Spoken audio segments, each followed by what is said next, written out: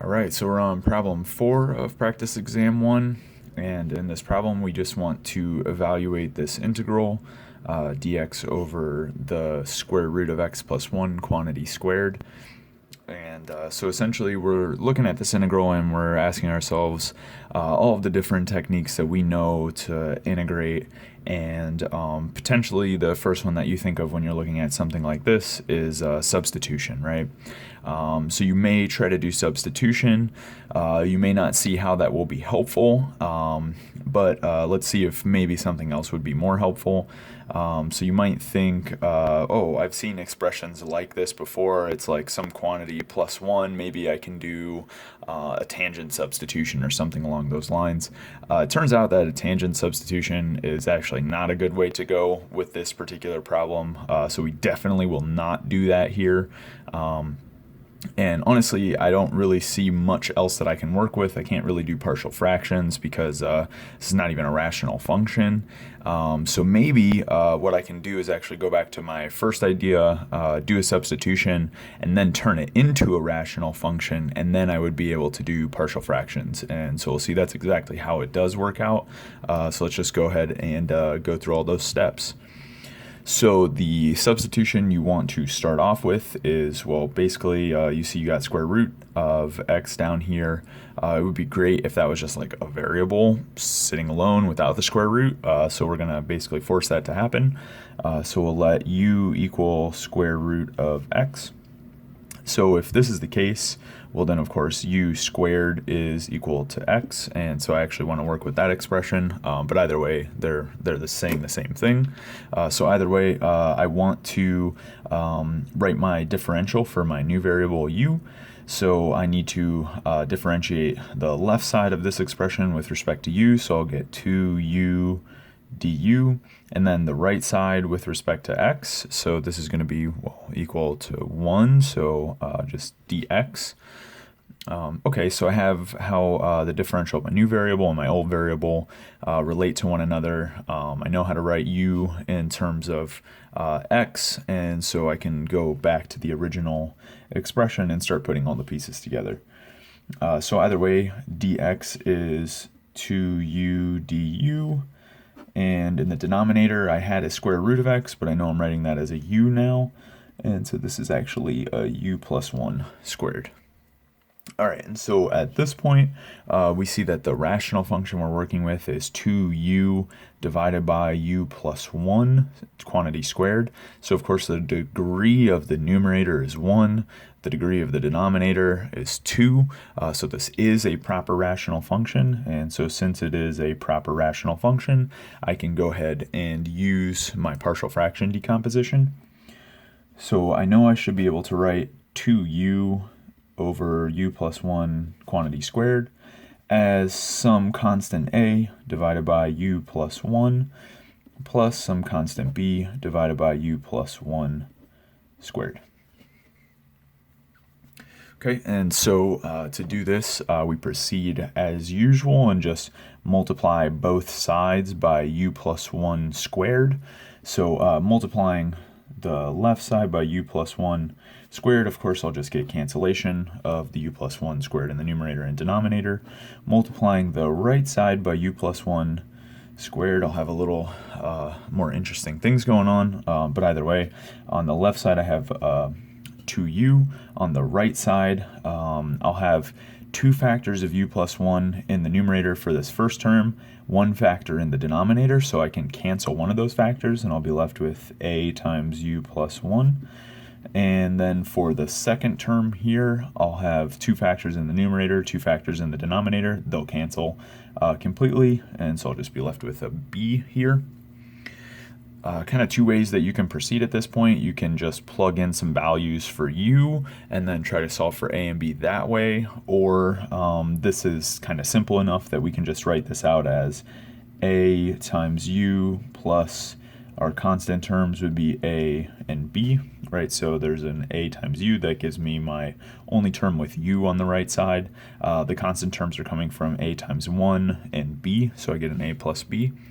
Either way, I have 2 polynomials on either side of this equation, right? And so this one I know has a linear coefficient, so coefficient on u equal to 2. That better match up with this coefficient on u, which is a. So from there I should have a equals 2, and then my constant term here is 0. So my constant term here should be 0, right, for these to be equal as polynomials, because I need them to agree for all values of u. So at this point, like I said, I get a equals 2 because I need those coefficients on u to match up on either side.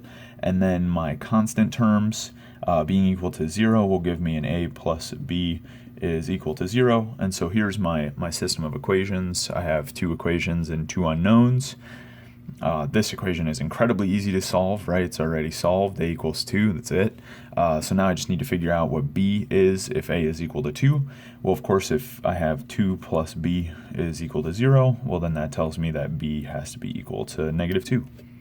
So I know that a is equal to 2, b is equal to negative 2, and I can go back to my original expression. So let me just go back up here and call this integral I. I mean, that could have been the original one. It doesn't really matter. So now I have I is equal to, well, we wrote it as integral of 2u over u plus 1 squared, but then we just used partial fraction decomposition, right, to rewrite that as a was 2 and b was minus 2, right? So I'll rewrite my integral like this, 2 over u plus 1, right? That's my a over u plus 1, minus 2 over u plus 1 quantity squared, right? That's my b over u plus 1 squared. And then I'm integrating this with respect to u. Ultimately, I'll need to go back to my original variable x, but we'll deal with that when we get there. So now at this point, all I need to do is just go ahead and evaluate my integral in terms of u. And so this first term looks a lot like natural log. So let's first just separate these integrals, and I'll evaluate them individually. So here I can pull the constant 2 out. I'll be left with a du over u plus 1. And then here I have a minus 2, which I'll pull out to the front. And then I have a du over u plus 1 quantity squared. All right, and so working with this first integral, guess I'll call this I1. Either way, working with I1, right, this is just integral of du over u plus 1. What I want to do here is a simple substitution, right? So I'll substitute w for u plus 1, right? Of course, this tells me that dw is equal to du. Great. So then this is equal to, well, integral of dw over w, which is, of course, exactly natural log of absolute value of w. Technically, I need to write plus a constant here because it's an indefinite integral, but you'll see when we go back, I'll just take all of the constants that I gather and just write them all as a plus c. Okay, so either way, I can go back to my variable u at this point, so of course I can just substitute this w for u plus 1. But I know that I ultimately want to go back to my variable x, so of course that w is really just, well, square root of x plus 1, and now I can use that in the expression when I write my final answer. And then the only other thing I'll need to be careful of is I need to multiply that integral by 2, so hopefully I won't forget that. Okay, so either way, let me call this one I2, and then let's evaluate I2 as well. So I2 is integral of du over u plus 1 quantity squared. We'll do the same substitution here, so w is going to be equal to u plus 1. This gives us dw is equal to du. Okay. Then what I want to do is just go ahead and, substitute things back in. So I have dw divided by w squared, and of course I would notice that this is the power function, w to the minus 2, and so this is going to have an antiderivative of negative 1 over w, again plus some constant. I'll call it c2 for the time being, and then I'll collect all my constants as a plus c at the end.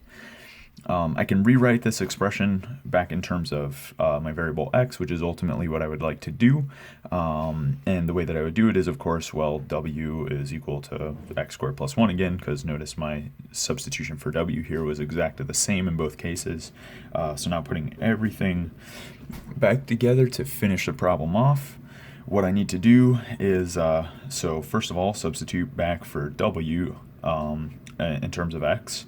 Right, I need to multiply by 2 because this integral was being multiplied by 2, so I should have something like 2 times natural log of absolute value of square root of x plus 1. Okay, notice I don't actually need the absolute values here because square root is always non-negative, but either way, that's fine. So we have that term. Notice I didn't write the constant. I'll write that at the end. And then the second integral was negative 1 over w. Of course, w I can write as square root of x plus 1. And then I'm also multiplying this by a negative 2, right? So I can actually write plus 2 over, and instead of writing w, I'm going to write square root of x plus 1. And then my constant from this integral and this integral, right, combine as a plus c, and that would finish it off for us.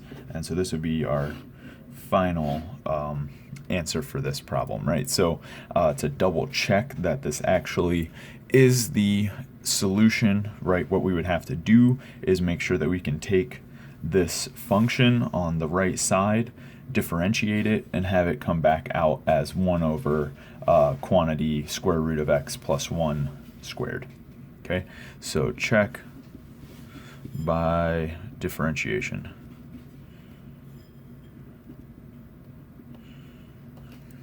All right, and that's gonna do it for this problem. So I'll see you on the next one.